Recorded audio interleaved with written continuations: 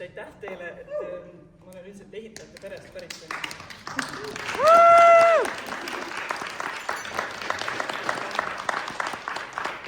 Et tänu ema tublidusele olen mina oma boheemlaslikkusega, ma ei tea, kas tänu või õnneks ma olen vastu pidanud selles keskkonnas, kus ma olen kasvanud, kus on selline nõudlikkus, kord, kõik on ilus ja kontrolli all, mille eest teda ka Merkos, eks ole, üle 20 aasta nagu kummardati ja tänu sellele ma tõenäoliselt olen ka seal nagu pereliige olnud, kuna isa ei ole kunagi viitsinud kaasa minna emaga kuhugi üritustel ja mina olen siuke nagu saatja olnud.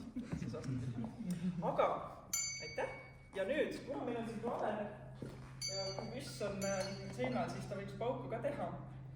Nii et tuleb üks väike üllatus teile.